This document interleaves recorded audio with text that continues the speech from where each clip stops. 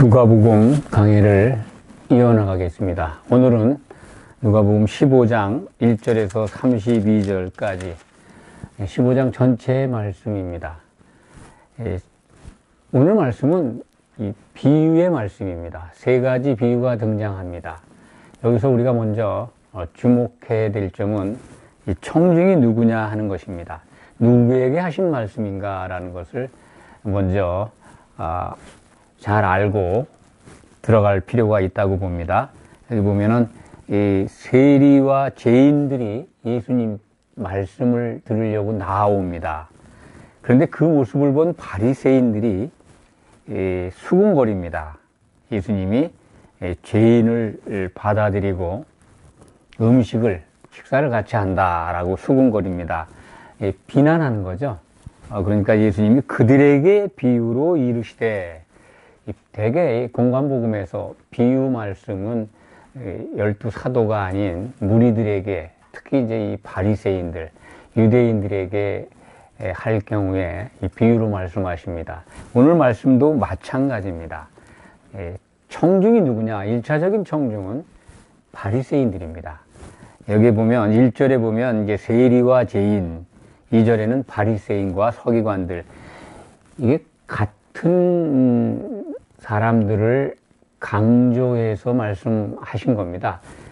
세리가 있고 죄인이 따로 있고 그게 아닙니다. 또 바리새인이 따로 있고 서기관이 따로 있는 거, 그렇게 번역이 되어 있는데, 세리 곧 죄인, 다른 사람들이 세리를 죄인이라고 불렀다는 얘기죠. 바리새인 곧 서기관이라고 하는 것은 구약 율법을 가르치는 율법 학자들입니다. 아주 구약 성경에 능통한 자들이고 구약 성경 말씀을, 율법을 가리키는 자들이죠. 서기관들은 다 그러니까 바리새인들이라는 겁니다. 그 당시에 이제 세리들에 대한 이해가 먼저 필요할 것 같습니다. 예수님 당시에 세리들은 로마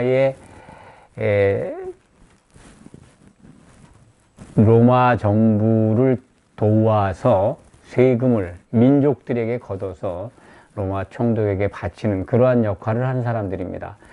어떻게 보면 우리가 나라를 빼앗겼던 그 일제시대에 일본에 협력한 사람들, 부역했다고 그러죠. 친일 일을 한 사람들, 그와 같이 유대인들 가운데에서 점령자 로마 측에 협력을 해서 동족들에게 세금을 걷어가지고 로마에게 바친, 그 가운데 로마에게 바칠 할 땅도 있었겠지만 자기들 또 개인 착복 같은 것도 있었을 거라고 봅니다. 그러니까 유대인들이 그 세리들을 사람 가운데서 죄인으로 취급을 하고 있습니다. 이 죄에 대해서는 유대인들이 자기들은 율법을 지키고 있고 하나님께서 성별하신 백성이기 때문에, 특히나 이 바리새인들은 스스로 자기들을 의롭다 여기고 있었습니다. 그래서 다른 사람들을 죄인이라고 그러니까 아주 담대하게, 용감하게 정죄하고 있는 겁니다. 누가복음 18장 9절에서 14절 사이에는 이 성전에 기도회로 올라간 두 사람을 설명하고 있습니다. 한 사람은 바리새인이고 한 사람은 세리입니다. 근데 바리새인들은 스스로 자기를 의롭다고 하죠. 그래서 일에 2번 금식하고 11조를 철저히 지키고 그렇게 자랑합니다. 하나님을 향해서 자기는 율법적으로 흠이 없는 걸 자랑하고 있는데 반해서 세리는 가슴을 치면서 하나님께 참 아무 말도 못하죠. 이 13절, 누가복음 18장 13절에 보면 세리는 멀리 서서 감히 눈을 들어 하늘을 쳐다보지도 못하고 다만 가슴을 치며 이르되 하나님이여 불쌍히 여기소서 나는 죄인이로소이다 하였느니, 이 세리는 자기가 죄인이라고 고백하는 반면에 바리새인은 의인이라고 생각을 하고 있습니다. 이 죄와 의와 죄에 대해서 좀 먼저 살펴보겠습니다. 의 그러면 뭡니까? 옳다라는 뜻입니다. 옳다. 하나님께 옳아야 됩니다. 죄는 옳지 않다는 겁니다. 죄의 한자의 그 구성 내용을 보면은 넉사자 비슷하지만 이 그물망자라고 하죠. 그물망, 이게 말씀을 뜻하는 겁니다. 말씀 밑에, 그 그물망 밑에 다를 비를 썼습니다. 그게 죄입니다. 하나님의 말씀과 다른 것, 하나님의 관역, 그물이라고 하는 관역에서 벗어난 건 다 죄입니다. 하나님의 생각에서 벗어난 건 다 죄라는 뜻이죠. 그럼 의인은 그 죄가 없어져야 되는 겁니다. 그래서 사람 스스로는 죄에서 벗어날 수가 없습니다. 그것을 우리는, 성도인 우리들은 그걸 알고 있습니다. 우리가 의롭게 되는 것은 하나님 관역 안에 들어가는 길은 곧 예수 그리스도의 그 구속의 은혜, 예수님이 사람이 되셔서 흘리신 거룩한 피로 죄가 사해진다고 하는 것을 알 수가 있습니다. 성경을 통해서 우리는 그것을 배웠습니다. 죄가 있으면 하나님께 갈 수가 없습니다. 그런데 바리새인들은 예수님을 따르지도 않고 예수님을 바라보지도 않으면서 자기들 스스로 율법을 잘 지켜서 의인이라고 믿고 있습니다. 그렇기 때문에 동족이지만 나쁜 일을 나쁘게 생활하고 있다고 믿고 있는 그 죄인이라고 그래서 지칭하죠. 세리들을 죄인이라고 부릅니다. 그들과 상종도 하지 않았습니다. 그러니까 그들과 어울려서 말을 하고 밥을 먹는 예수님을 이상하게 여기는 겁니다. 저 사람이 표적을 행하는 것이나 말씀을 하는 걸 볼 때는 정말 하나님의 아들 같기도 하고 선지자 같은데 자기들이 생각하는 죄인들하고 같이 밥을 먹고 말을 섞는단 말입니다. 그러니까 수군거리는 겁니다. 죄인하고 저렇게 대화를 하고 음식을 같이 먹는 거 보면 올바른 선지자가 아니다. 가짜 아닌가? 그렇게 의심하는 것 같습니다. 그러니까 예수님께서 그들의 의도를 알고 이 비유로 말씀하시는 겁니다. 오늘 말씀은 우리가 같이 읽었습니다만 세 가지 비유가 나옵니다. 다 성경을 자세히 읽어보신 분들은 누가복음 15장에 등장하는 세 가지 비유의 말씀을 기억하실 겁니다. 세 가지 비유의 말씀을 간략하게 소개해드리면 첫 번째 비유가 양 100마리의 비유입니다. 한 마리를 잃어버린 목자가 양 99마리를 들에 놔두고 한 마리를 찾아 나서서 그 양을 찾았을 때 기뻐서 즐기고 잔치한다는 내용의 비유입니다. 두 번째 비유는 어떤 여자가 10드라크마를 가지고 있었는데 하나를 잃어버려서 아주 애를 태우다가 등불을 켜고 집안을 쓸고 해서 기어코 그 하나를 찾습니다. 그래서 기뻐서 또 잔치를 벌입니다. 세 번째 비유는 이른바 탕자의 비유로 우리가 잘 알고 있습니다. 집 나간 아들이 정말로 다 탕진한 다음에 아버지 이 많은 재산을 물려받아 가지고 집을 떠난 다음에 다 탕진하고 그리고 다시 돌아온 그 아들을 아주 기쁘게 받아들이는 아버지의 마음, 이 탕자의 비유, 돌아온 탕자, 이렇게 우리는 기억을 합니다. 이 세 가지 비유를 오늘 예수님은 바리새인들에게, 스스로 의인이라고 하는 자들에게, 죄가 없다라고 확신하고 있는 자들에게 말씀을 하시는 겁니다. 예수님의 모든 말씀, 특히 이 비유의 말씀 속에 담겨 있는 하나님의 의도를 알아야 합니다. 어떤 의도로 이 비유의 말씀을 하시는가, 목적이 뭔가, 그것을 잘 파악을 하고 말씀을 접해야 하나님께서 기뻐하시는 믿음 안으로 들어갈 수가 있습니다. 성경을 그냥 지식적 공부로만 접근하면 하나님이 의도하신 것을 놓칠 수가 많습니다. 그래서 예수님 당시에 그 바리새인들과 같은 그러한 신앙에 빠질 수도 있습니다. 성경 공부를 그래서 올바로 해야 합니다. 하나님이 무슨 뜻으로, 예수님이 어떤 의도를 가지고 이 말씀을 하시는가. 이 성경 전체가 하나님의 그 뜻이 담겨 있습니다. 성경의 지식만 살피다 보면 하나님이 목표하신 뜻을 그래서 잘 모르고 그냥 방향을 모르고 신앙생활을 할 수가 있습니다. 오전에 말씀을 드렸습니다. 하나님께서 창조하신 분명한 목표가 있다고. 그냥 우리들에게 하나님을 경배하고 경외하고 따르면 복 주신다는 개념으로 신앙을 갖고 있다면 그것은 참으로 어떻게 보면 나중에 억울한 결과를 맞을 수가 있습니다. 안타까운 결과가 기다리고 있을 수도 있습니다. 하나님의 목적을 정말 잘 알아야 합니다. 하나님께서는 이 사람을 이 땅에 만드시고 그들로 하여금 무엇이 되게 하셨는가는 성경에 아주 정확하게 일러주십니다. 신이 사람을 왜 지으셨을까요? 그것은 하나님이 세우신 뜻이 있습니다.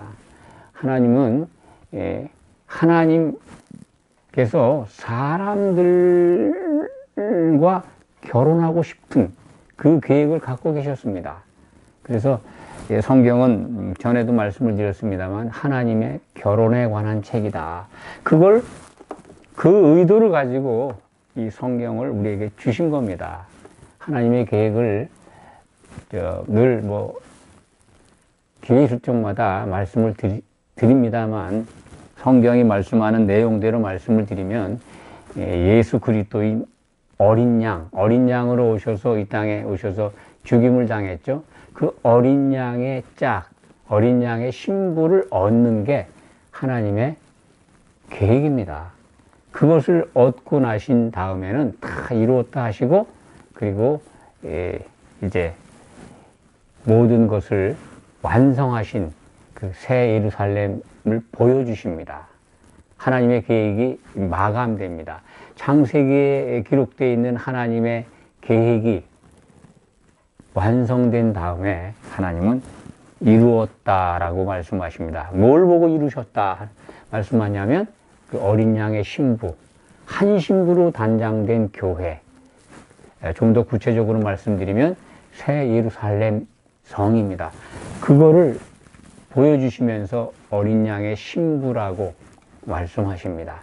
우리는 어린 양의 신부로 단장되기 위해서 하나님의 그 계획에 따라서 우리는 그분의 그 부르심의 은혜, 구속의 은혜, 예수 그리스도의 구속의 은혜, 그리고 하나님의 크신 사랑 가운데 이렇게 성도로 말씀을 듣고 있고 예배에 참석하고 있는 것입니다.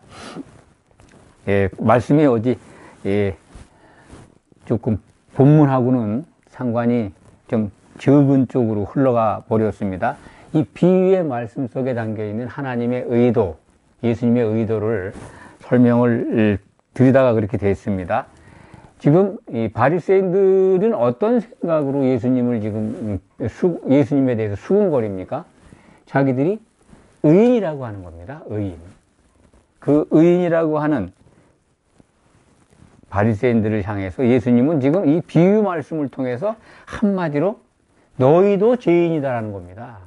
너희가 의인이라고 생각하지만 너희도 죄인이다. 그래서 죄인은 반드시 회개하여야 한다 하는 것이 누가복음 15장의 그 비유의 말씀에 담겨 있는 예수님의 의도입니다. 바리새인 너희들 다 죄인이야.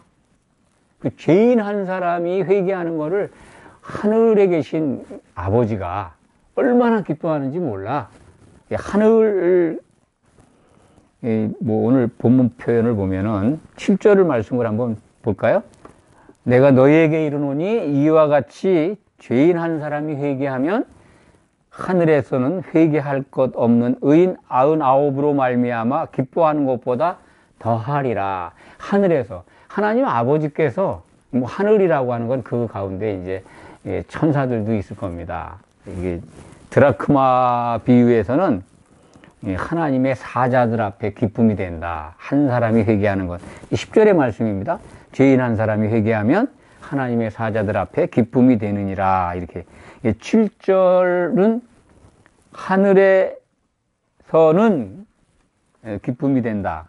10절에서는 하나님의 사자들 앞에 기쁨이 된다. 이렇게 표현되어 있습니다. 그러니까 하늘 전체가 기뻐하신다는 것을 우리가 찾아볼 수가 있습니다. 죄인 한 사람이 회개하는 것, 죄인이라는 의미를 다시 한번 강조해 드리면 하나님의 관역에서 빠져나간 사람들입니다. 다죠. 죄에서 벗어날 육체는 한 사람도 없습니다. 그래서 예수님이 이 땅에 오신 겁니다. 인류 가운데 누군가가 예수님 외에 다른 한 사람이 의인이었다면, 죄가 없었다면 예수님 오시지 않아도 됩니다. 그런데 불행하게도 인간은 죄 아래 갇혀 있습니다. 그것이 성경의 기록입니다. 모든 사람은 죄에 갇혀 있다. 죄인입니다. 죄를 벗어날 수 있는 길은 예수 그리스도의 구속의 은혜, 그분이 십자가에서 흘리신 피, 죄사함의 피를 힘입지 않으면 아버지께로 가는, 곧 의인이 되는 길이 없다는 겁니다. 예수님은 그런 것들을 모르고 자기들 스스로 의롭다고 하는 바리새인들을 향해서 너희도 죄인이다 라고 하는 말씀을 지금 선포하고 계신 겁니다. 뭐 양 99마리를 들에 놔두고 잃어버린 한 마리를 찾아서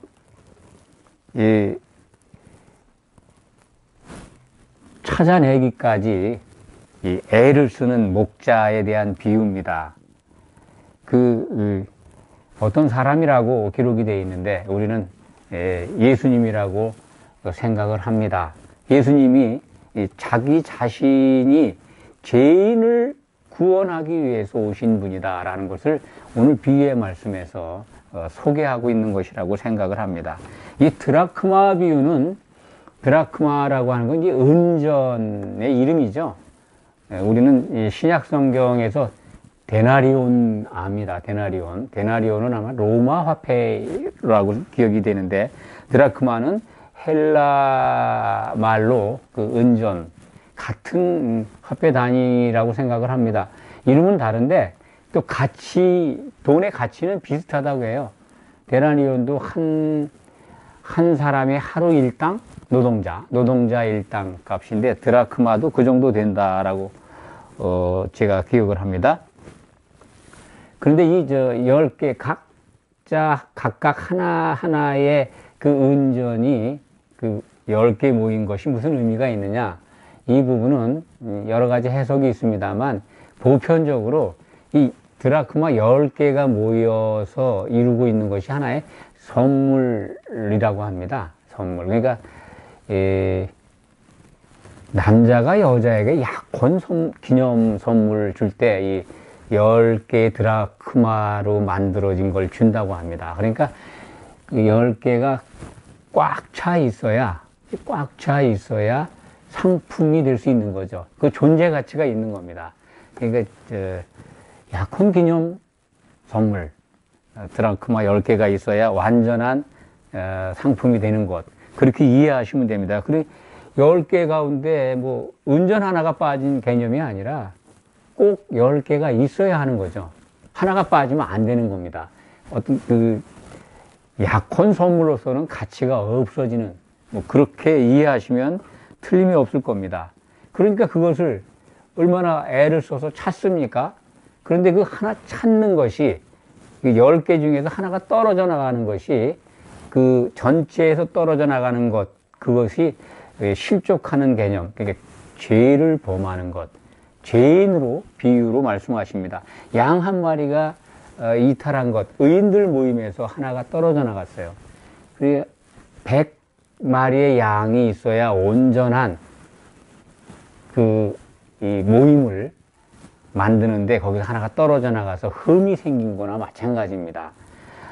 또 두 아들이 있는데 한 아들이 나갔다가 돌아오니까 얼마나 그 아버지가 기뻐합니까?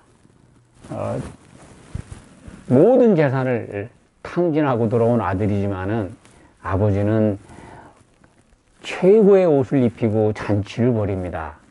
집안에 항상 아버지와 함께 있었던 큰아들도 있었지만은 작은 아들이 들어오니까 아주 대단한 잔치를 벌이는데, 그것도 마찬가지입니다. 아버지께는 두 아들이 필요한 것을 오늘 말씀은 일러주고 있습니다.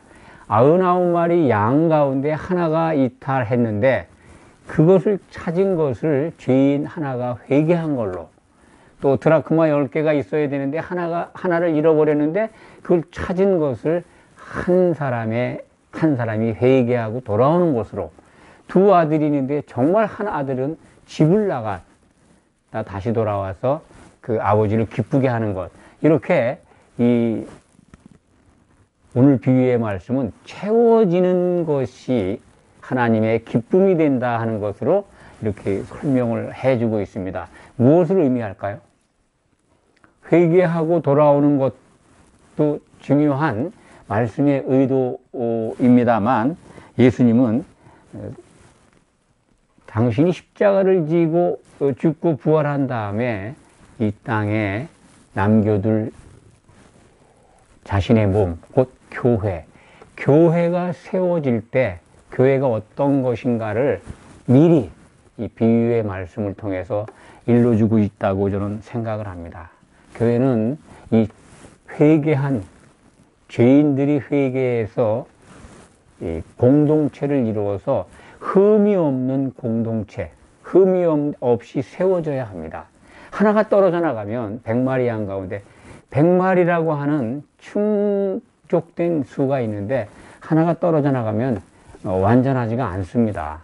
그 교회에, 그 몸에 한 지체가 떨어져 나가서 온전한 데서 이탈한 겁니다. 흠이 생기는 거죠. 드라크마도 마찬가지입니다.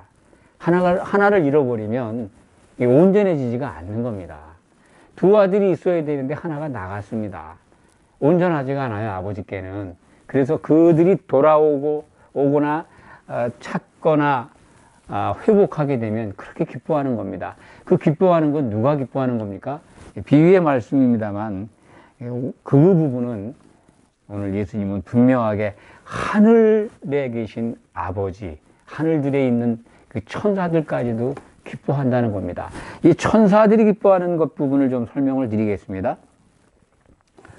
15장 10절에 기록이 되어 있습니다. 드라크마를 찾았을 때 내가 너에게 이르노니 이와 같이 죄인 한 사람이 회개하면 하나님의 사자들 앞에 기쁨이 되느니라. 하나님의 사자가 누굽니까?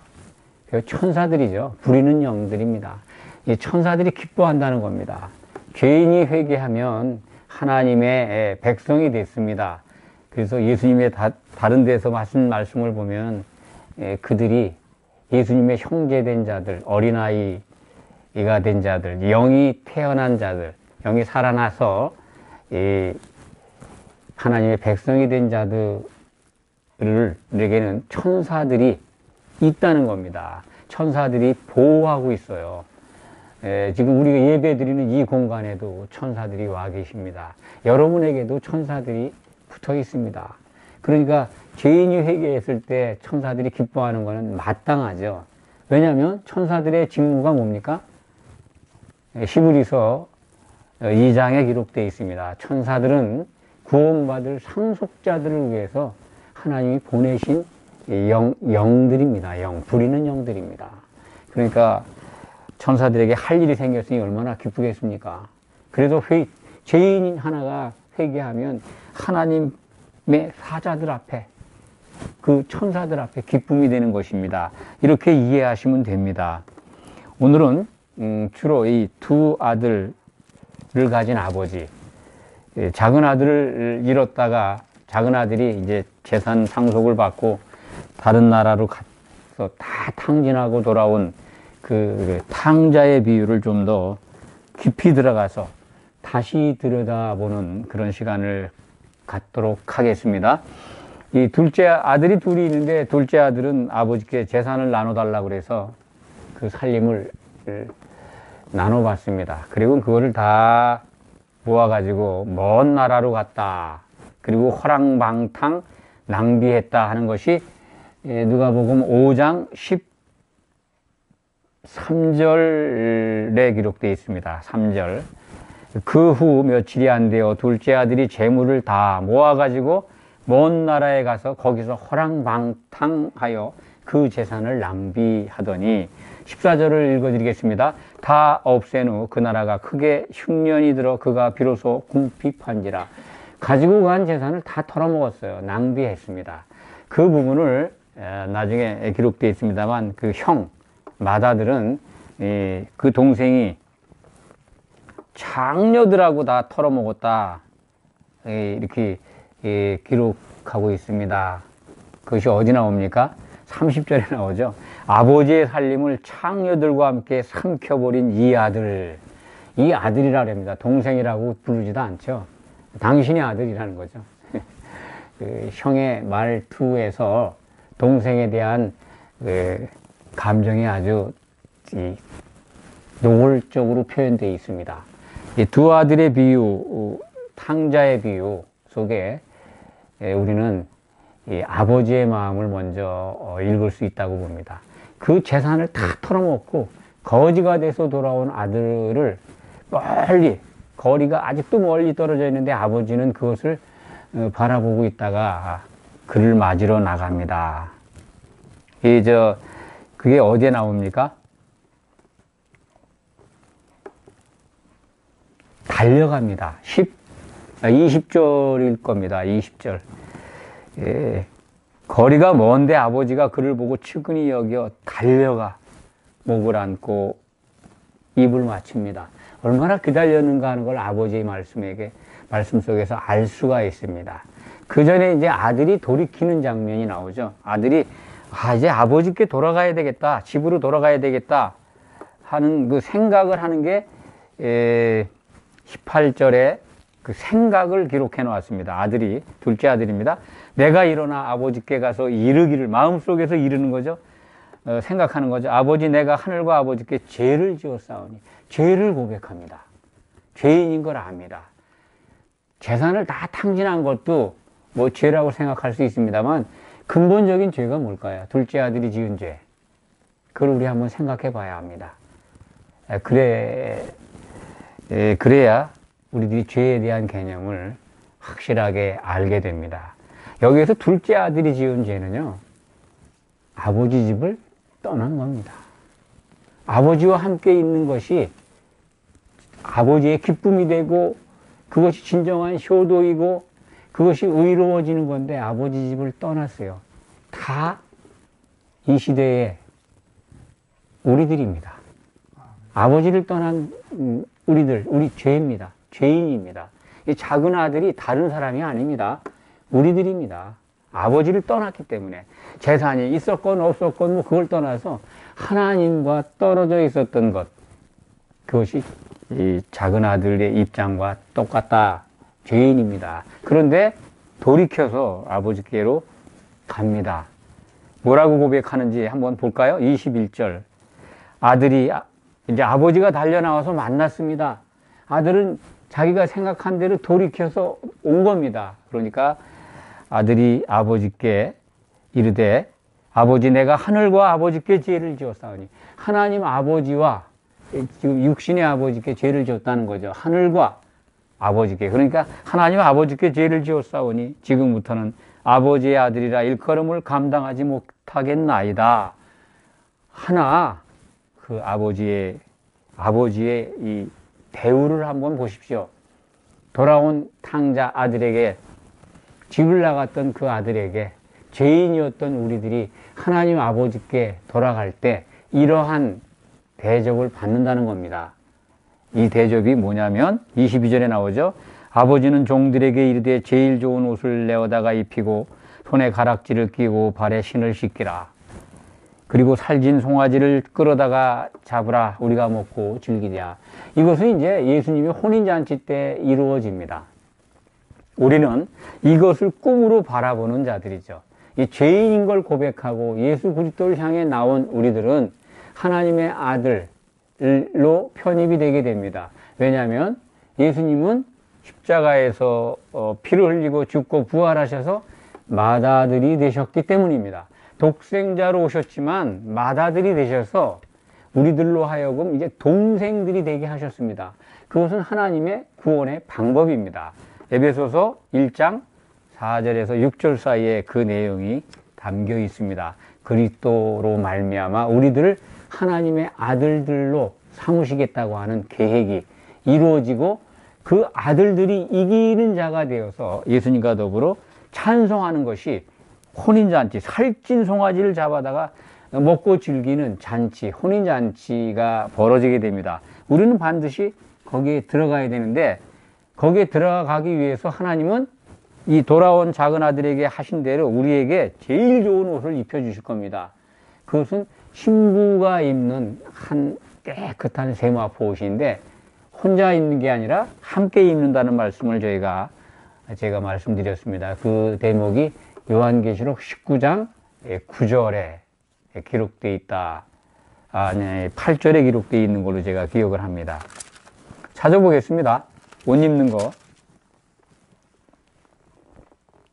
19장 8절에 보면 그에게 빛나고 깨끗한 세마포 옷을 입도록 허락하셨으니 이 세마포 옷은 성도들의 옳은 행실이로다. 이 세마포, 깨끗한 세마포 한 옷을 입는데 이 세마포 옷이 옳은 행실이라는 거예요. 예수 그리스도로 옷 입은 겁니다. 성령 안에서 기름을 준비한 겁니다. 그리스도와 합하기 위해서 성령에 잠긴 자들은 그리스도로 옷 입었느니라 라고 하는 갈라디아서 3장 27절의 말씀이 실질적으로 이루어지는 겁니다. 22절 누가복음 15장 22절에 보면 아버지는 종들에게 이르되 제일 좋은 옷을 내어다가 입히고 정말 그리스도의 옷을 입는 겁니다. 나중에 우리는 성도로서 승리한다면 이 제일 좋은 최고의 옷을, 더 이상 최고의 옷이 어디 있습니까? 예수 그리스도 곧 어린 양의 신부로 단장돼서 입는 그 한 세마포 옷, 그보다 더 으뜸 가는 옷은 없습니다. 최고의 옷입니다. 제일 좋은 옷을 입고 손에 가락지를 끼우고 발에 신을 신고 신부로 단장된 모습입니다. 이것이 회개하고 돌아온 그 둘째 아들, 그 아들에게 회개하고 아버지 품에 안긴 자들이 받고 누릴 하나님이 예비하신 복입니다. 이 복이 최고의 복이지 않겠습니까? 이 둘째 아들의 돌이킴, 이것 역시 회개하고 돌이킨 것을 일러주는 겁니다. 그러면서 이 아들이 들어왔기 때문에 아버지는 이제 맏아들과 이 동생이 같이 온전한 아버지의 집을 이룰 수 있게 된 겁니다. 그래서 잔치를 아주 성대하게 벌이고 있는데 중요한 것은 이 맏아들이 집안을 지키고 아버지와 함께 같이 있던 맏아들이 밭에서 일하고 이제 돌아옵니다. 일을 마쳤겠죠. 돌아오는데 풍악과 춤추는 소리를 듣고 이 무슨 일인가 확인한 다음에 보면은 28절에 보면 그 잔치와 그 내용을 안 다음에 28절에 보면 그 맏아들이 노하여 집에 들어가고자 하지 아니한 잔치가 벌어지고 있는 집안에 안 들어가려고 합니다. 노했다고 하는 말씀을 우리는 여기서 주목할 필요가 있습니다. 형제 사랑이 우리들 성도에게 가장 중요한 덕목입니다. 그것이 새 계명에 나타나 있는 어떤 하나님의 의도이기도 합니다. 형제 사랑을 하라는 겁니다. 이게 새 계명, 너희가 서로 사랑해라. 그 사랑은 예수님이 우리를 사랑하신 사랑, 아가페 사랑이죠. 하나님께만 있는 사랑입니다. 사람에게는 없는 그 사랑을 예수님은 우리에게 주셨습니다. 그러니까 그 사랑을 받아서 형제간에 사랑을 하라고 하신 겁니다.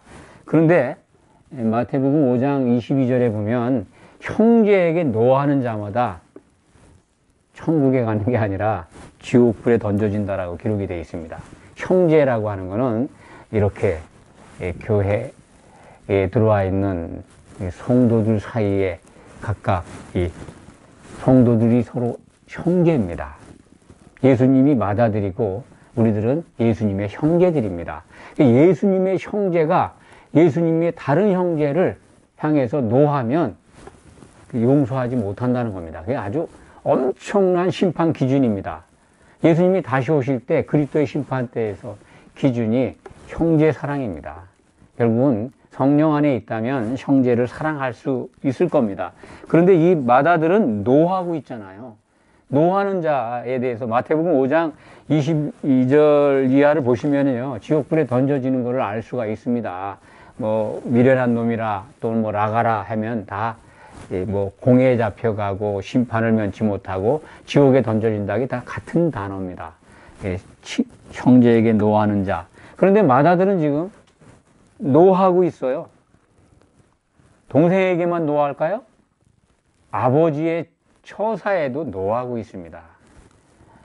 이 맏아들이 회개하지 않으면 혼인잔치에 들어갈 수 있을까요? 못 들어갑니다. 돌아가는 기회를 지금 아버지가 가지고 나왔습니다. 네 동생이 죽었다가 살아났고 내가 잃었다가 찾았는데 잔치 벌이는 게 마땅하지 않냐? 들어가자라고 마중을 설득을 하러 나왔습니다. 28절에 보면 그가 노하여 들어가고자 하지 아니하거늘 아버지가 나와서 권한대, 권면하고 있습니다. 그런데 그 큰아들은 아버지께 대답하여 이르되 내가 여러 해 아버지를 섬겨 명을 어김이 없었거늘 내게는 염소 새끼라도 주어 나와 내 벗으로 즐기게 하신 일이 없었더니. 바리새인과 똑같죠. 율법을 잘 지켰다는 겁니다. 아버지의 명을 거역한 게 없다는 거예요. 그래서 자기 스스로 의인이죠, 의인. 바리새인이 바로 맏아들이죠.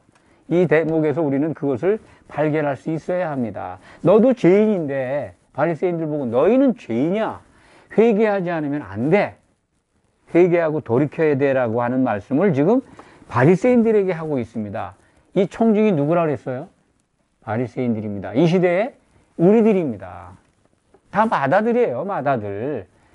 자기에게 유익하지 않고 자기가 대접받지 않으면 아버지라도 아버지를 향해서 화를 내고 분을 내고 노하잖아요. 사랑해야 될 형제가 죽었다가 살았다가 잃어버렸다가 찾은 그 아들을 향해서 노하고 있지 않습니까? 우리들은 어떻습니까? 우리들 마음속에 아직도 그런 게 있습니까? 배배 꼬인 마음, 뒤틀린 마음, 시기와 질투가 더욱 더덕더덕 아주 끈덕지게 붙어있는 마음 갖고 있지 않습니까? 이런 것들 다 없어져야 합니다. 그래서 우리는 성령 안에 있어야 되는 겁니다. 이런 것들이 없어지기 위해서는요, 성령의 역사, 성령의 잠김, 성령 세례가 필요한 겁니다. 교회에 들어와 계신 분들은 예수 그리스도의 십자가를 바라보고 하나님께로 나왔습니다. 그것은 영이 살아나는 거듭남의 구속의 은혜를 입은 것입니다. 영이 살아났다면 이제 그 교회에 들어와 있는 우리들은 성령의 충만한 가운데 성령의 잠김을 통해서 하나가 되어야 됩니다. 서로 사랑할 수 있는 성령 안에 그 사랑의 도가니 속에 있어야 합니다. 그것은 지금 성경을 통해서 우리는 발견할 수가 있습니다. 맏아들에게 필요한 게 뭡니까? 이렇게 노하고 화를 내고 있는 맏아들, 회개해야 합니다. 맏아들에게 필요한 건 회개해야 되는 겁니다. 회개하고 안으로 들어가야죠. 그런데 오늘 본문 말씀에는 맏아들이 들어갔다는 표현은 없습니다. 그죠? 아버지의 계속된 설득과 잔치를 벌이고 기뻐해야 될 당일혼을 끝으로 오늘 비유의 말씀은 마무리됩니다.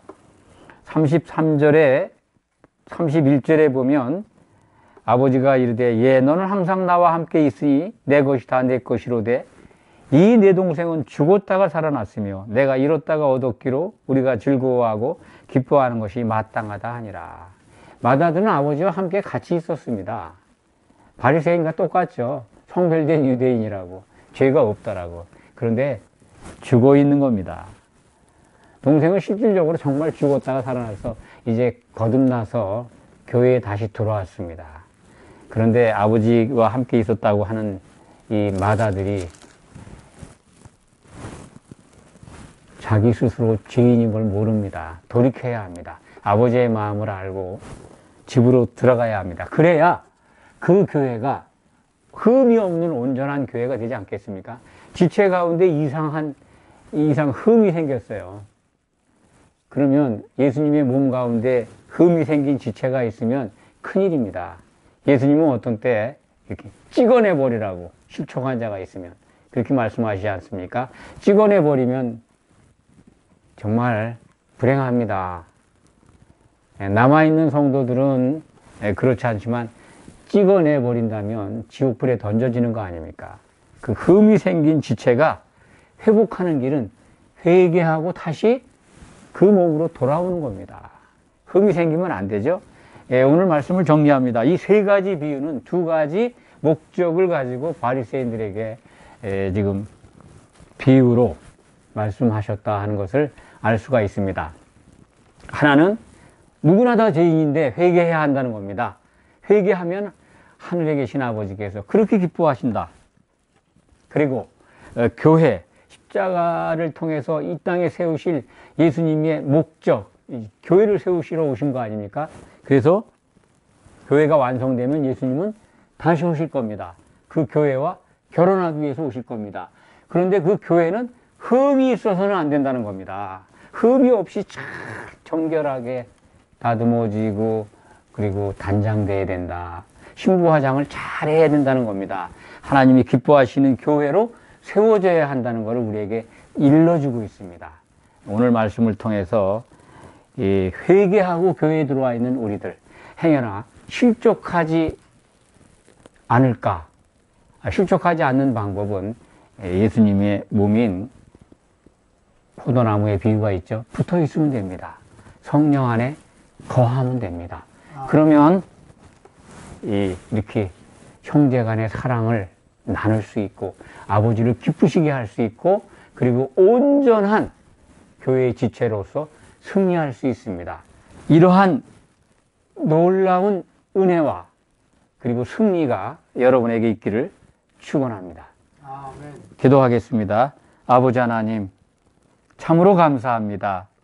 우리에게 거듭남의 은혜를 주셨습니다. 그리고 성령 안에서 하나됨으로 승리하는 길도 가르쳐 주셨습니다. 온전한 교회의 지체로서 그리고 하나님이 기뻐하시는 성도로서 마지막까지 승리할 수 있도록 지켜주시고 보호하여 주시옵소서. 예수 그리스도의 이름으로 감사드리며 간절히 기도하옵나이다. 아멘.